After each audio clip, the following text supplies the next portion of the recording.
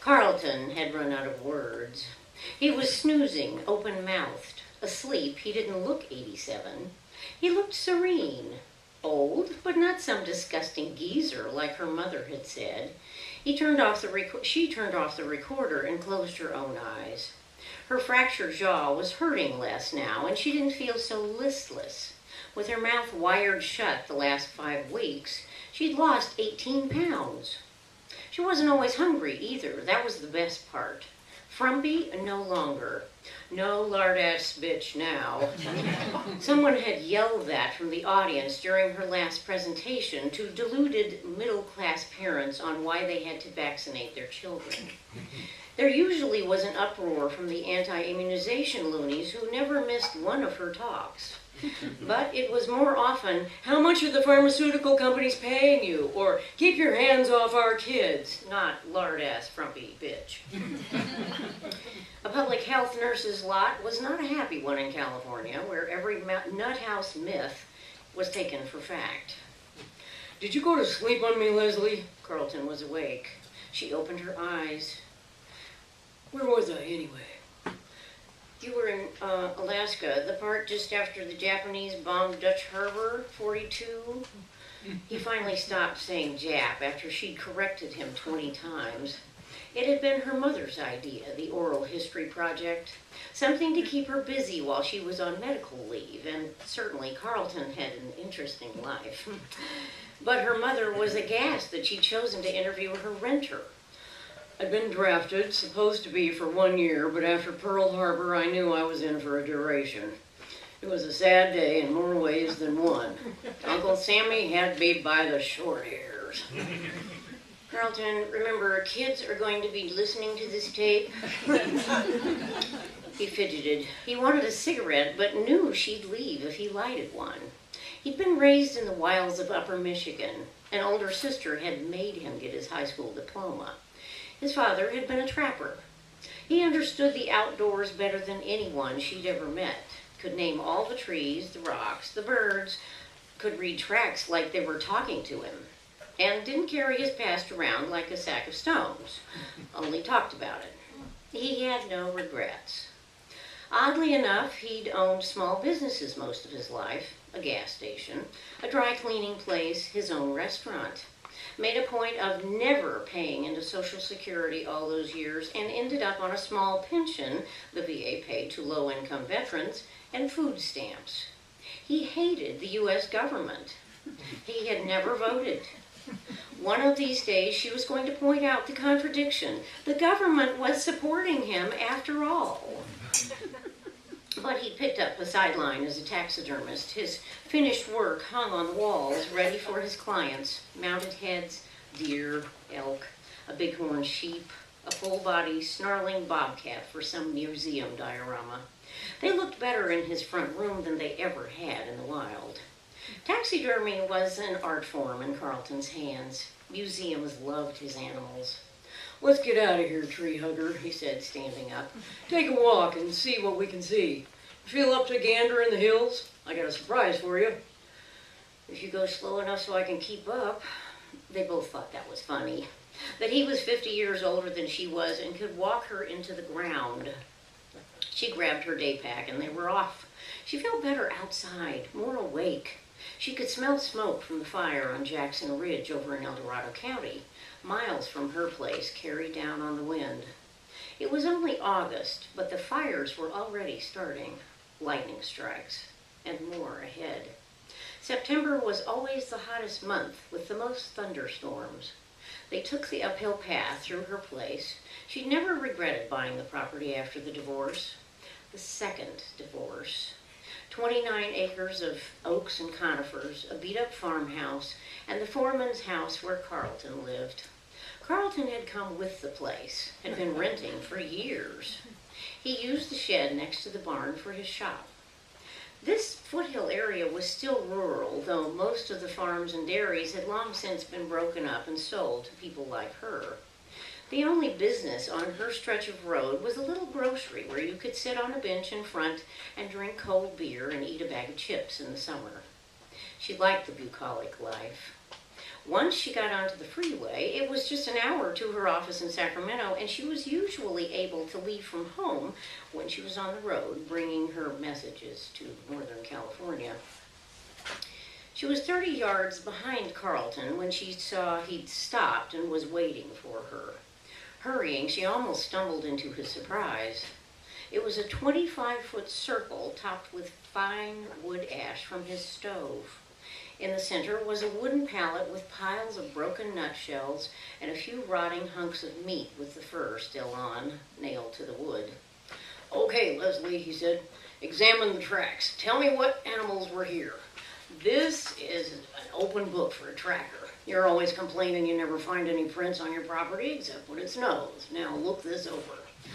I set it up 4 days ago, put out the bait, nuts, some grain, apples, trimmings from my mountings." He sat down on a stump to watch, lighting a cigarette, crossing his long legs. He liked playing teacher. She started around the circle, leaning over to look closely. The ash, crusted solid from the morning dew, was covered with perfect sets of tracks. This was way better than the partial prints in the mud around a spring or in soft snow. She'd been working at identifying wildlife prints ever since she'd bought the place, and now with this time away from work, she was getting good at it, more confident. Because of her broken jaw, she concentrated on speaking slowly so he could understand her. "These are raccoon tracks, 5 toes on the front feet, 4 toes on the hind, and he was walking. Here he's running. The hind feet are superimposed on his forefeet. See, all the tracks are distinct." "Why he?" "Well, because of the depth of the depression. His extra weight gives him away as male. This next set is a domestic cat, a house cat, feral probably. Claws are retracted to protect them, keep them sharp. Oh, here, look here, field mouse tracks. They see each other, and the mouse makes a run for it out of the circle. I can't tell for sure, but wait, here's a bit of fur. Ooh, the cat got his supper." She continued around the circle. There was a lot of activity in their woods. A well-worn path of gray squirrel tracks to the nuts. A lot of bird prints, perching birds, either robins or sparrows. Those over there, flickers. Halfway around the circle, there was a large disturbance in the ash that she couldn't figure out. 2 feet in diameter at least. Carlton came over. He hunkered down to look, gave the puzzle his full attention. What an actor he was. "What's a striking imprint? A horned owl by the size that swooped and dropped on a field vole. See the wing print, the feathers spread?" He pointed. "Yes, here's another strike imprint, a smaller owl, burrowing maybe." "Well, you're getting good, if I have to say so myself. Come on, we've been here an hour. Let's go get a beer at the store." She always bought. It was his reward for entertaining her.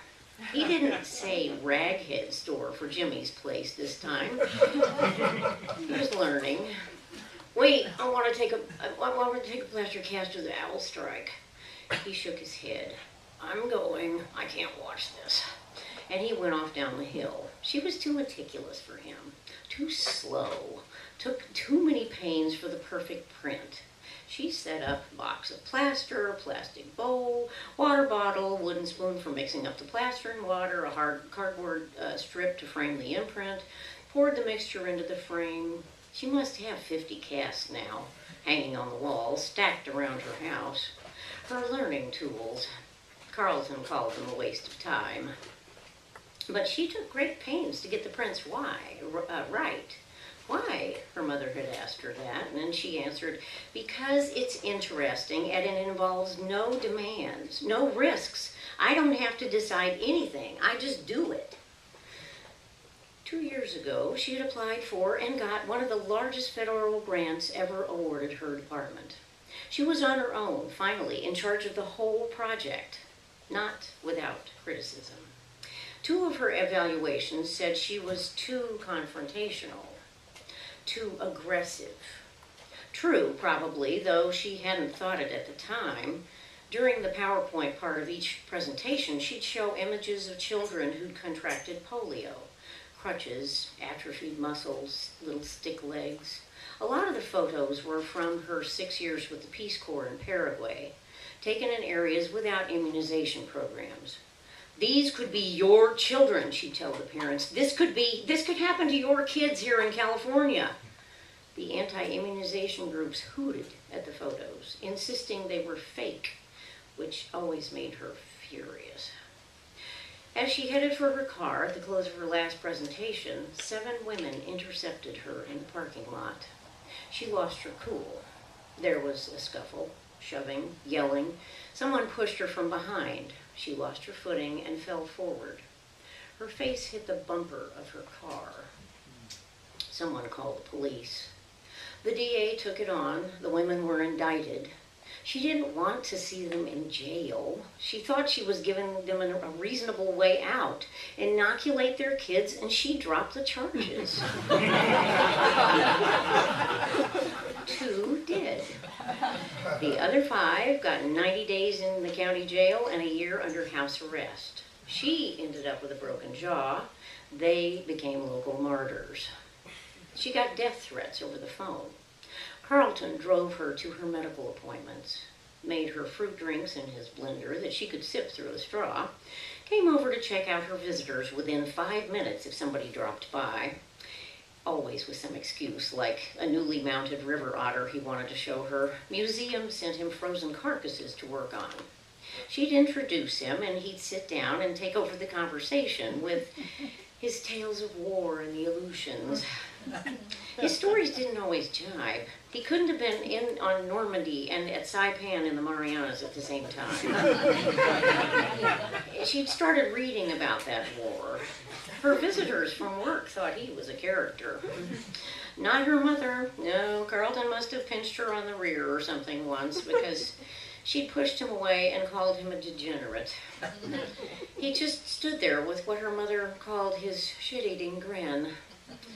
She wasn't sure if it was the weight loss or actual interest, but she'd had several unexpected callers, guys from the office who wouldn't have given her a second look before. But after 2 divorces, it was hard to summon up any interest on her part. Most of the men she'd met were used up like herself, from long histories of making bad choices, at a point where the past was still too heavy, a burden. Funny how her mother, twice widowed, was never tired of her life. Always ready for a new adventure. Each day was brand new. Unlike most daughters, she wished she were more like her mother. Carlton. Oh, whenever she heard loud big band music coming from his house, she knew to stay away. He had women over. She could hear their laughter during the night. Not just 1, but 2, 3 once. She'd watch them file out into the sunshine the next morning, probably only 20 years older than her 36, and Carlton's long goodbye hugs before they got into their cars. She and Carlton went camping at Harris Meadows. She found the place on the Tahoe National Forest map. Carlton slept in his one-man tent. She liked sleeping under the stars. They seemed near enough to grab by the handful, and mosquitoes didn't bother her. She'd learned the constellations on outings with her mother, a proud Sierra Club member. As a kid, she couldn't wait for their camping trips in the mountains. They lived on the coast in Pacifica then.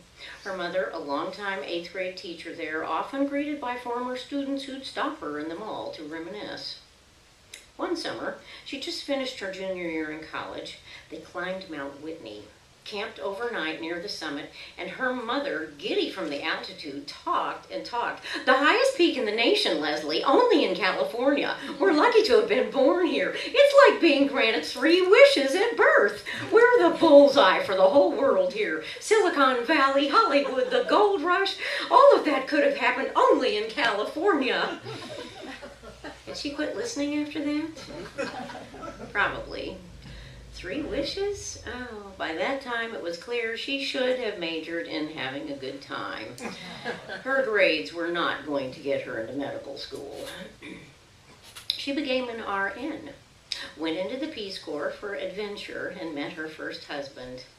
She'd married a half-wit the first time and then again the second time. As for her 3 wishes, she'd never gotten around to making them. It would only complicate matters. Well, no campfires in the summer, too much danger of forest fire. Not that she could have eaten any campfire food anyhow with her jaw wired shut. She'd bought cartons of fruit juice with straws. Carlton had brought candy bars, sacks of orange slices, and marshmallows the size of apples. No wonder he had such bad teeth, but he had an instinct for finding gold mining sites where hundreds of men had worked at a time. And where there were people, there were usually springs where animals came to drink. She found a good print of a lynx and got busy making a cast.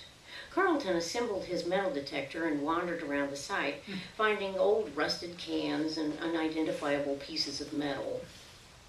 Breaking camp the next morning, she saw 5 state water bombers flying back and forth across the sky. Another forest fire somewhere in the area. Working their way back to where they'd parked their car, their trail zigzagged through what seemed like miles and miles of manzanita.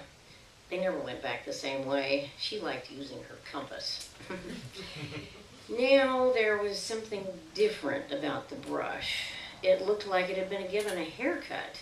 The top sheared off for hundreds of yards. And then she realized an airplane had come down here and ran toward the wreckage, yelling back to Carlton, "It's a plane! It's a plane!" First there was a wing with a motor, then a lot of twisted aluminum, and a cabin squashed like an eggshell. Brush was already growing back around it. The glass in a side window was broken. There were no skeletons. Carlton came puffing up. "Drug plane, I bet." He pulled out his cell phone. "Where are we? What county are we in here?" She was already looking at her maps for the location. She knew this part of the mountains better than he did. She was napping on her foam pad when the helicopter passed over and then landed. After the noise stopped and the dust settled, a man stepped out of the helicopter wearing a sheriff's badge and a white plastic hard hat with a circle of 5 gold stars on the front, just like a World War II general in the Army's insignia. The pilot followed. Carlton was telling him, "Yes, sir, I spotted the plane, figured it was used for drugs," like I wasn't there at all. She was amused. As the 3 men walked around the wreckage, she looked for tracks and found some good ones. Cougar tracks. A cat had trotted through the puddle, dried out now, after the last rain. Big one, with an injured right front paw. Boot tracks from hikers had ruined most of the other cougar prints on the trail. The pilot came over to see what she was doing, watched for a while. She explained the cougar was an old male. "Well, what about these boot prints over here? What can you tell me about these guys?" "Oh, I don't know. Let's see.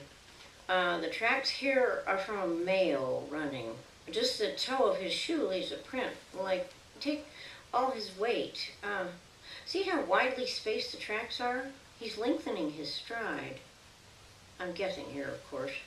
She never looked very closely at human tracks before. "These tracks are from someone carrying a heavy pack. That caused this deeper imprint. Hiking boots throw me off.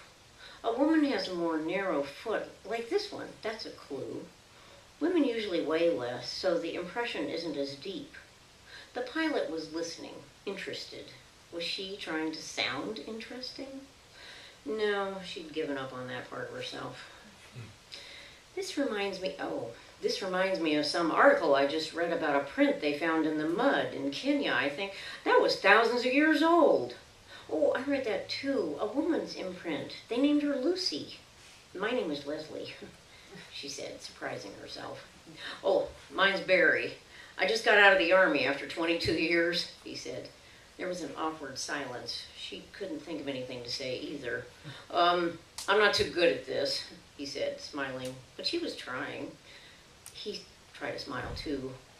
Just then the sheriff came over with Carlton. "I'll check the registration numbers, but I think this 2-engine plane went down 3 winters ago. A family walked away in 2 feet of snow." Carlton introduced her as the woman who got her jaw broken for wanting to vaccinate kids. She didn't try to talk. Oh, I read about that. I'm happy to meet you, the sheriff said, shaking her hand. You're right about that, he added. I used to argue with my ex-wife about it all the time. I finally took my daughter to one of those clinics and got her shots. No kid's going to suddenly become autistic at 9 years old, but they sure as hell can get whooping cough and measles. She smiled for the sheriff, nodding in agreement as she mixed more plaster. She had had it with Carlton. He had sneaked out and put a spring trap on a wooden fence post out in her woods. Hawks and later at night owls landed on that post to watch the clearing for mice. She'd seen them perched there. Rusty barbed wire sagged to the next weathered post. He'd fixed the tether chain to the barbed wire. Any bird landing on the post would hit the release and the two steel jaws of the trap would swing closed on its leg. It would die. She'd sprung the trap with a stick and run with it back to his house. Pounded on the door. She held up the trap when he opened the door. So, she was trying not to yell, jingling the trap. Do you know anything about this, Carlton? Oh, I needed a red-tailed hawk for a diorama, some museum in San Diego. Hawks are a federally protected species, state protected too. She was speaking slow but loud, her clenched teeth so he'd understand her words. Not on my property. She threw the trap on the wooden stairs and stamped off. He yelled after her, "Goddamn eco-crazy!" And then after that, "Nature freak!" She kept walking. They avoided each other. Instead of bringing his rent check over, he sent it by mail. The smoke from the forest fire seeped up the canyons. There was ash on the hood of her car. When Carlton needed to go to the VA hospital, he took a taxi. She watched from her window. When it was time to have the wire removed from her jaw, her mother drove her to the doctor's office. It didn't take long to find out that trying to move her mouth now was more painful than the original break had been. She hurt. She didn't phone the pilot. He phoned her. Found her last name in the newspaper articles on the assault. Looked her up in the phone book. She put him off. It was too complicated, too risky. She knew it was ridiculous to keep it up, but she did. Marched right past Carlton at his mailbox on her way to the store. She could outlast anyone. So 10 days later, when there was a knock on the door, she wasn't expecting Carlton. "Come on, Leslie, let's go down and see if Jimmy the Raghead's got any cold beer." She was just about to correct him when he started laughing, and she started laughing too. Jimmy had 2 moose heads ready for them on the porch table when they turned down the path. Over the next couple of beers, they planned a hike up to a beautiful meadow about 4,000 feet. There were photos of it in 10 great hikes in the Sierra. It'd take 3 hours at least from where they'd park at the trailhead. She was excited, not Carlton. He pretended to be indifferent to the Sierras, nothing compared to the Colorado Rockies, he always said. But she couldn't wait to get into the high country. She was winded by the time they got into the meadow. Her jaw ached. She wondered if it would ever work right again. Carlton was gasping, red-faced, but still put a cigarette into his mouth and started puffing away. Thanks to past urging, though, he remembered to field-strip the butt, as he called it, crumpling the paper into a ball and shredding the tobacco with his thumb against his forefinger to be sure the fire was out. She hadn't said anything about health hazards, but he still went into his set piece. "It doesn't matter what you do, smoke or drink. What matters is what kind of genes you have. My mother lived to 103. My father was 91 when he shot himself." He kept it up. She didn't have to listen. Instead, she watched a flock of mourning doves pecking away like chickens at seeds on the ground by a wet spot where the stream overflowed. They were the dumbest birds. Their nests were terrible, just crisscrossed twigs that fell apart in the first wind. As she watched, a raven glided in, landed close to the doves, then strutted the 10 feet to the nearest bird and gave a giant peck against the dove's breast, knocking it over. The raven moved in to kill, but the dove, hurt, hopped away. She jumped up yelling, "Get out of here!" And the raven flew away on its own. "What do you want, Leslie?" "That's Mother Nature at work," Carlton called out. "That's the food chain. I thought you environmentalists believed in Mother Nature." "I don't have to watch it if I don't want to." She'd brought potato salad, one of her all-time favorite foods, for her lunch. She dreamt about her mother's potato salad when her jaw was wired shut, and 3 kinds of yogurt, water. Carlton had brought a whole box of chocolate-covered donuts that had gotten smashed in his backpack during the night. Carlton drank out of the creeks, never listened about giardiasis. She set up her spotter scope on a shale slope above an old overground logging road. She could see for miles, though there would be few animals at midday. She was scanning to the east when she heard a vehicle first, and then saw a huge SUV moving down the road, forcing its way through the brush. She watched amazed as the shiny blue car scraped through the manzanita and buckbrush. It stopped about 50 yards below her. 3 men got out, opened the back, and started unloading red plastic 5-gallon containers. When they were finished, the driver got back inside and tried to turn the vehicle around. As he was maneuvering back and forth on the narrow road, smashing into the brush to gain space, the other 2 men were dragging the containers into the dry undergrowth, taking the caps off. When the SUV was turned around, the 2 men kicked over the containers. You didn't need a scope to see what was happening.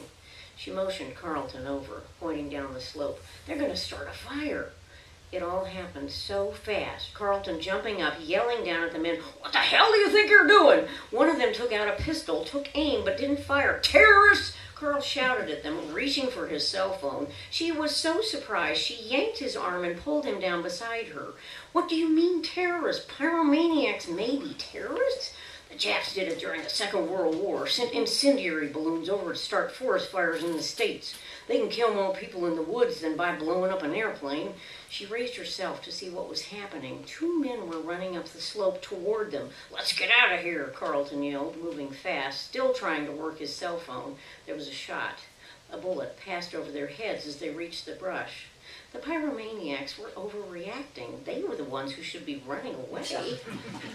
In a panic, sprinting as fast as she could, she looked back to see how close they were and tripped over a downed limb. She fell hard. Both her ankles felt like they had been snapped off her legs. She tried to get up, but couldn't. Tried again and almost threw up from the pain.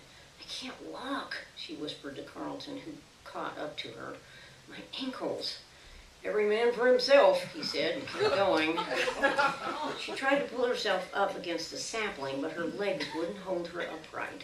She started dragging herself deeper into the brush as fast as she could. She stopped to catch her breath. Ahead, Carlton was hurrying into an open space and then suddenly stopping. One of the men appeared in front of him, another behind. "Where's the woman?" the one with the pistol said. "Ah, she's back there. Hurt herself. She can't move." "Drop the phone." "Well, I don't care if you're terrorists. I say screw the government, too." The 2 men started laughing. The big blonde man did all the talking. "We just harvested a $70 million crop, and now we're going to burn the plantation. What's left, anyhow. Plus an employee who wouldn't listen to reason." "Well, you don't have to worry about me. I won't tell anyone." "You're right about that." The blonde man raised his pistol and started shooting. When the boom stopped, she opened her eyes. The other man walked over and kicked Carlton in the back. "He's dead." Come out, wherever you are," the blonde man sang out. He gave a long look around the clearing. "We don't have a lot of time to play hide and seek." She froze, held her breath. They looked. She heard them thrashing through the brush until a cell phone started beeping. A few words, then a shout. They left, running down the slope. She started crawling, then making a wide half circle around Carlton's body. She could hear the SUV start up, then the crackle of dry brush burning. A big plume of smoke shot up in the air. Carlton's cell phone. She turned and dragged herself toward him. It took forever. She didn't have to check to know he was dead. Most of his head had been chewed up by the bullets. The cell phone worked. She called 911. She gave the location of the fire to the dispatcher. "That fire has been reported by all our lookouts. You'd better get out of there, ma'am. You're right in the middle." The smoke was getting thick now. "Listen, there's been a killing, too. They murdered a man, the arsonist. They started the fire to hide where they'd grown their marijuana crop. They shot Carlton. I remember part of their license number. Do you understand?"